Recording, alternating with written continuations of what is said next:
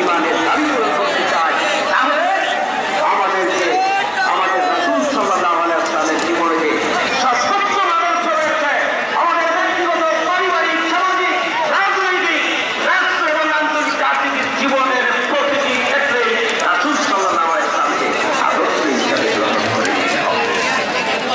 সম্মানিত হাজিরিন, রাসূল করিম সাল্লাল্লাহু আলাইহি ওয়াসাল্লামকে আল্লাহ রাব্বুল আলামিন কেন পৃথিবীতে পাঠিয়েছিলেন? রাসূল করিম সাল্লাল্লাহু আলাইহি ওয়াসাল্লামকে আল্লাহ রাব্বুল আলামিন পাঠিয়েছেন আপনার একটা সুন্দর পরিবেশ দিবেন। এইখানে লক্ষ লক্ষ মানুষ, আজকে প্যান্ডেলে অনেক লক্ষাধিক মানুষ আছে। আপনারা যদি কেউ দাঁড়িয়ে যান, ধুলাবালি উড়ান, একটা পরিবেশ থাকবে, বলেন থাকবে? আমি জানি চাঁপাইয়ের মানুষ, রাজশাহী বিভাগের মানুষ অত্যন্ত নম্র হয়, ভদ্র হয়, বিনীয় হয়। তারা জানে কিভাবে সম্মানিত আলেমকে সম্মানিত করতে হয়, কিভাবে অতিথিকে মূল্যায়ন করতে হয়। আমি আশাবাদী আপনারা আগামী 1 ঘন্টা অত্যন্ত চমৎকার একটা পরিবেশ দিবেন। কে কে পরিবেশ দিতে পারবেন? 2 হাত তুলে আল্লাহকে দেখান। লিল্লাহি তাকবীর, লিল্লাহি তাকবীর, লিল্লাহি তাকবীর। আগামী সাহেবের আগমন, আগামী সাহেবের আগমন চাঁপাইবাসীর পক্ষ থেকে, রাজশাহী বিভাগের পক্ষ থেকে আমি জানি আপনারা নম্র ভদ্র, দয়া করে কেউ নড়বেন না, কেউ নড়াচড়া করবেন না, ঘোরাবাড়ি ঘোরাবেন না। 1 ঘন্টা যদি আপনারা চমৎকার সুন্দর পরিবেশ দিতে পারেন, আমরা সবাই জানি তাহলে রমাদানের শ্রমিক এতবা লোক পবিত্র রমাদান আমাদের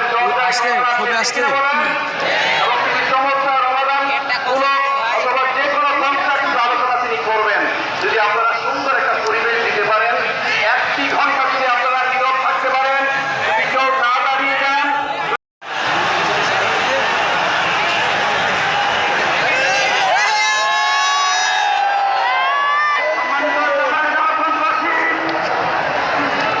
আজ আমরা গর্বিত, আজ আমরা উচ্ছ্বাসিত। আমাদের আজকে কোটি যুবকদের আইকন, বিশ্বনন্দিত ভাষণে করেন আল্লামা ডক্টর মিজানুর রহমান আলী আমাদের জামায়াত পর্যায়ে পদার্পণ করেছেন। আমরা তো হাত তুলে তাকে অভিনন্দন জানাই। আমরা তারিখে ভালোবাসি, আমরা তারিখে সম্মান করি ইসলামের জন্য। আজকে আলোচনা করবেন, আজকে প্রমাণ দেব জাতীয় সাহেবের সম্মান ইজ্জতের সাথে আমরা রক্ষা করবো ইনশাআল্লাহ।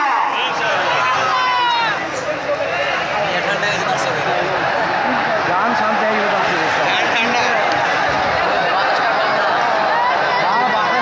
সম্মানিত উপস্থিতি, আজকে মঞ্চে আমাদের মাঝে উপস্থিত আছেন কোরআন নিয়ে এসেছেন, ফলে উনি হয়েছেন শ্রেষ্ঠ ফেরেশতা। বিশ্ব নবীর উপর কোরআন নাজিল হয়েছে, তাই তিনি হয়েছেন শ্রেষ্ঠ নবী। রমাদানে কোরআন নাজিল হয়েছে, তাই রমাদান হয়েছে শ্রেষ্ঠ মাস। কদরের রাতে কোরআন নাজিল হয়েছে, তাই কদর হয়েছে শ্রেষ্ঠ রাত। আমরাও যদি কোরআনের সাথে সম্পর্ক বাড়াই, আমাদের মর্যাদা এরকম, আমাদেরকেও শ্রেষ্ঠ মানুষ বানায় দিবে কে? এজন্য কোরআনের সাথে সম্পর্ক বাড়াইতে রাজি আছেন তো? যারাই কোরআনের সাথে সম্পর্ক বাড়ায়, এদের মর্যাদা বাড়ায় দেয় কে?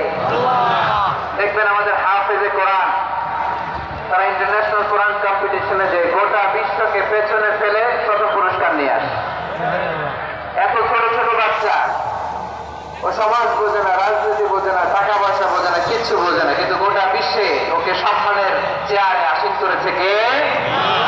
এই কোরআনের সাথে লাগলে আল্লাহ তাআলা সম্মান বাড়িয়ে দেয়। আমার প্রিয় ভাই, আসুন আমরা শুরুতে আলোচনার শুরুতেই শপথ নেই যে আসন্ন রমাদানে আমরা কোরআনের সাথে নিজেদের সম্পর্ককে মজবুত করবো ইনশাআল্লাহ। সবাই বলুন ইনশাআল্লাহ।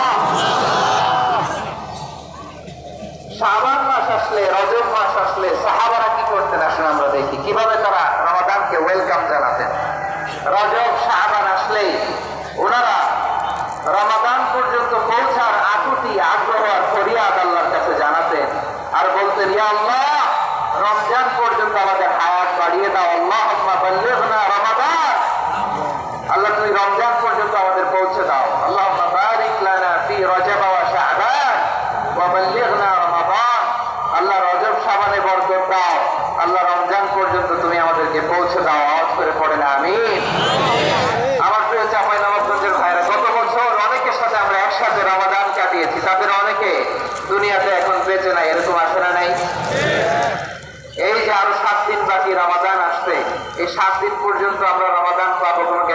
হয়েছে?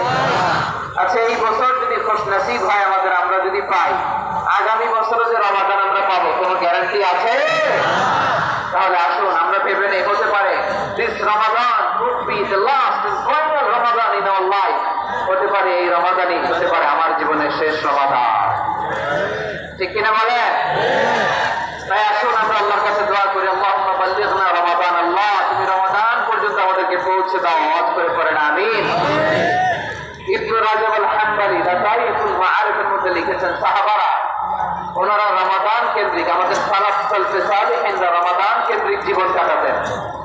ওনারা রমজান আসার 6 মাস আগে আল্লাহর কাছে দোয়া করতেন, আল্লাহ রমজান পর্যন্ত পৌঁছে দাও। রমজান চলে যাওয়ার পরে বাকি 6 মাস আল্লাহর কাছে দোয়া করতেন, আল্লাহ এই রমাদানে যে ইবাদত করেছি ইবাদত গুলো তুমি কবুল করে নাও। সুবহানাল্লাহ। তাহলে পুরো বছর রমাদান কেন্দ্রিক জীবন। রমজান আসার আগে 6 মাস দোয়া করতো, আল্লাহ আমরা যেন রমজান পাই। রমজান চলে যাওয়ার পরে বাকি 6 মাস বলতো, আল্লাহ রমজান যে ইবাদত করেছি এগুলো তুমি কবুল করে নাও। সুবহানাল্লাহ। আবার এই শাবান মাসে আল্লাহর হাবিব সাল্লাল্লাহু আলাইহি ওয়াসাল্লাম সবচেয়ে বেশি রোজা রাখতেন। কানা ইয়াসুমু শাবান কুল্লাহ, সবচেয়ে বেশি রোজা রাখতেন শাবান মাসে। ওয়া কানা ইয়াসুমু শাবান ইল্লা কালিলা, শাবানের অল্প কয়েকদিন ছাড়া পুরো শাবানটাই বিশ্বনবী রোজা রাখতেন। সুবহানাল্লাহ বলেন। এই শাবানে আপনারা রোজা রাখতেন তো? রাখছেন? আল্লাহ তুমি কবুল করো, আমরা সবাই বলি আমি। মাইকের সাউন্ডটা একটু উইক মনে হচ্ছে, একটু স্ট্রং করতে হবে সামান্য। মাইক অপারেটর যিনি আছেন একটু স্ট্রং করবেন, আমার সাউন্ড করে কথা বলা লাগবে, একটু স্ট্রং করবেন মেহেরবানি করে, মাইকের সাউন্ডটা একটু স্ট্রং করবেন। প্রিয় ভাইরা, এই শাবান শেষে আমাদের মধ্যে আগমন করবে রমাদান, এবং এই রমাদান মুবারক আল্লাহ তাআলা আমাদের জন্য সিয়াম ফরজ করেছেন। কি ফরজ করেছেন? তিনি সূরাতুল বাকারা 183 নম্বর আয়াতে ইরশাদ করছেন, রাব্বুল আলামিন বলেন, ইয়া আইয়ুহাল্লাযীনা আমানু কুতিবা আলাইকুমুস সিয়ামু কামা কুতিবা আলাল্লাযীনা মিন ক্বাবলিকুম লাআল্লাকুম তাত্তাকুন। আল্লাহ বলেন, অবিশ্বাসীরা শোনো শোনো, তোমাদের জন্য সিয়ামকে ফরজ করা হয়েছে ঠিক যেমন ভাবে তোমাদের পূর্ববর্তী উম্মতদের উপর সিয়ামকে ফরজ করা হয়েছিল, লাআল্লাকুম তাত্তাকুন, যাতে করে তোমরা সবাই মুত্তাকি হতে পারো। সুবহানাল্লাহ বলেন। যাতে করে তোমরা আল্লাহ সচেতন হতে পারো। তাহলে সিয়ামকে, এই সামনে যে রমাদান আসতেছে আমার প্রিয় ভাইরা, এই পুরো রমাদান ব্যাপী সিয়াম পালন করা, সিয়াম পালন করাকে আমাদের জন্য ফরজ করে দিয়েছে কে? রমাদানের রোজা রাখার নফল নাকি? রমাদানের সিয়াম পালন করা কি নফল? সুন্নাত? তাহলে কি ফরজ? আওয়াজ করে বলেন, রমাদানের রোজা রাখা কি? ভিন্ন ছিল, এক এক জাতিগোষ্ঠীর জন্য এক এক ধরনের ছিল। আমাদের জন্য সিয়াম ফরজ টানা 1 মাস 30 দিন বা 29 দিন। কোন কোন উম্মতের উপর 30 দিন না, মাত্র 3টা রোজা ফরজ ছিল। কয়টা? আওয়াজ করে বলে। আপনাদের কি মনোযোগ আসবে না গেছে? মনোযোগ আছে? তাকবীর পড়েন তো, লিল্লাহি তাকবীর। আমাদের 1 মাস সিয়াম ফরজ। পূর্ববর্তী অনেক উম্মতের উপর 1 মাস ছিল না, 3টা ফরজ ছিল। কয়টা? প্রতি মাসের 13, 14, 15 ফরজ ছিল তাদের জন্য। কারোর জন্য শুধু একটা, আশুরার রোজা। কোন কোন উম্মতের জন্য 10টা। কোন কোন উম্মতের জন্য রোজা ফরজ ছিল মৌনতার রোজা, আরবিতে বলে সাওমুল ইনসাফ, মানে সারাদিন খেতে পারবে, পান করতে পারবে, স্ত্রীর সাথে মেলামেশা করতে পারবে, কিন্তু কথা বলতে পারবে না। কথা বললেই তাদের রোজা ভেঙে যেতে পারে। সুবহানাল্লাহ, কি অদ্ভুত ব্যাপার! মৌন সম্পত্তির রোজা। যেমনটি সাইয়্যিদাতুনা মারিয়াম আলাইহিস সালাম বলেছেন, ইন্নী নাযারতু লির-রাহমানি সাওমা ফালান উকাল্লিমাল ইয়াওমা ইনসিয়া। তিনি বলেছেন, আজকে আমি রহমানের জন্য, মানে আল্লাহর জন্য রোজা মানত করেছি, আজকে আমি কারোর সাথে কথা বলতে পারবো না। তো রোজা রাখলে কথা বলতে পারবে না কেন? কারণ ওই শরীয়তে রোজার বিধান ছিল সকাল থেকে সন্ধ্যা খেতে পারবেন, পান করতে পারবেন, কিন্তু কথা বলতে পারবেন না। কথা বললেই রোজা ভেঙে যেত। সুবহানাল্লাহ বলেন। তাহলে সব জাতিগোষ্ঠীর উপরে রোজা ফরজ ছিল, কিন্তু ধরনটা ভিন্ন ছিল। মজার ব্যাপার হচ্ছে, আপনি বর্তমানেও বিভিন্ন ধর্মের দিকে তাকান, বৌদ্ধ ধর্ম, হিন্দু ধর্ম, খ্রিস্ট ধর্ম, তাদের মধ্যে রোজা। ইংরেজরা, খ্রিস্টানরা এটাকে বলে ফাস্টিং। কি বলে? ফাস্টিং। আমাদের হিন্দু ভাইয়েরা বলে উপবাস। তারা কি বলে? উপবাস। আবার এখন আন্দোলনের একটা মাধ্যম হয়েছে এটা, না খেয়ে থাকা, এটাকে বলে অনশন। এটা কি বলে? অনশন ধর্মঘট। মানে আমাদের দাবি না মানলে আমরা খাবো না, রোজা রাখলাম, আছে না নাই?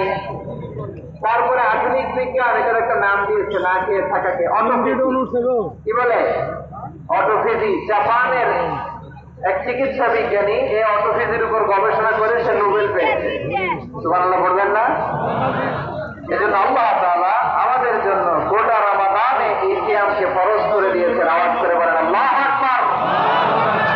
রব্বুল আলামিন বলেন, ইয়া আইয়ুহাল্লাযীনা আমানু কুতিবা আলাইকুমুস সিয়াম, সিয়ামকে তোমাদের উপরে ফরজ করা হয়েছে।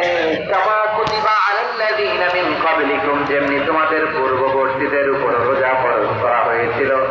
লাআল্লাকুম তাত্তাকুন, যাতে করে তোমরা আল্লাহর সচেতন হতে পারো, যাতে করে তোমরা মুত্তাকি হতে পারো। লাআল্লাকুম তাত্তাকুন, যাতে করে আমরা আল্লাহর সচেতন হতে পারি, আল্লাহ কনসিয়াসনেস আমাদের মধ্যে গ্রো করে। এটা হচ্ছে রোজার prime objective, the prime objective of সিয়াম। অনেকে জিজ্ঞেস করলে অনেকে বলে রোজার মূল উদ্দেশ্য হচ্ছে না খেয়ে থাকা। না, অনেকে বলে গরিবদের কষ্ট অনুধাবন করা রোজার উদ্দেশ্য। না, রোজার উদ্দেশ্য কি? সিয়াম পালনের উদ্দেশ্য কি? এটা আল্লাহ তাআলা স্পষ্ট এই আয়াতের পেছনে বলেছেন যে লাআল্লাকুম তাত্তাকুন, যাতে করে তোমরা আল্লাহ সচেতন হতে পারো, আল্লাহ ভীতি তোমাদের মধ্যে গ্রো করে, গড কনসিয়াসনেস, আল্লাহ কনসিয়াসনেস, আল্লাহ সচেতনতা যেন বাড়ে, দ্য সেন্স অফ অ্যাকাউন্টেবিলিটি। আল্লাহর সুপ্রিম কোর্টের কাজ করা, এই দুনিয়াতে আমি যাই করলাম তার সবকিছু যে পাই টু পাই হিসাব দিতে হবে, এই sense, to enhance the sense that whatever we do, Allah is watching me. আপনি যাই করেন, কেউ দেখে না, কিন্তু দেখে কে? শুরু থেকে জিজ্ঞেস করেছিলাম যে কেউ যেটা দেখে না সেটা দেখেন কে?